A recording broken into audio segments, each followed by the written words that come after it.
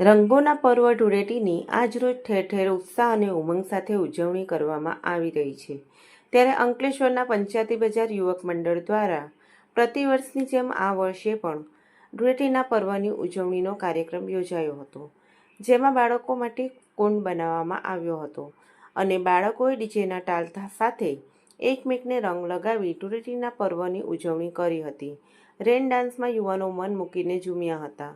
આ પ્રસંગે અંકલેશ્વર નગર સેવા સદનની કારોબારી સમિતિના ચેરમેન નિલેશ પટેલ, અંકલેશ્વર શહેર ભાજપના પ્રમુખ ધર્મેન્દ્ર પુષ્કરણા, મહામંત્રી સંજય પટેલ સહિતના આગેવાનો તેમજ સ્થાનિક યુવાનો ઉપસ્થિત રહ્યા હતા.